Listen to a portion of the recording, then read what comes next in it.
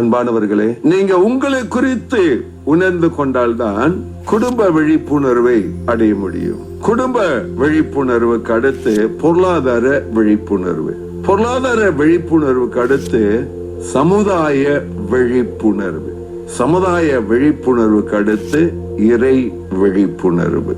இதெல்லாம் அந்த பயிற்சியில அனுபவிக்கும் போதுதான் அது என்னன்றது தெரியும். அனுபவித்துக் கொண்டு உண்மையை உணர்ந்து கொண்டு போய் அவங்க வாழ்க்கையை அவங்க வாழணும். அவரவர் வாழ்ந்தால்தான் அது வாழ்க்கை.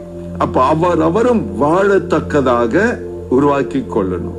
வாழ்க்கை அவங்களுக்குள்ளாரதான் இருக்கு. அறிந்து புரிந்து தெரிந்து உணர்ந்து கொண்டு வாழணும்.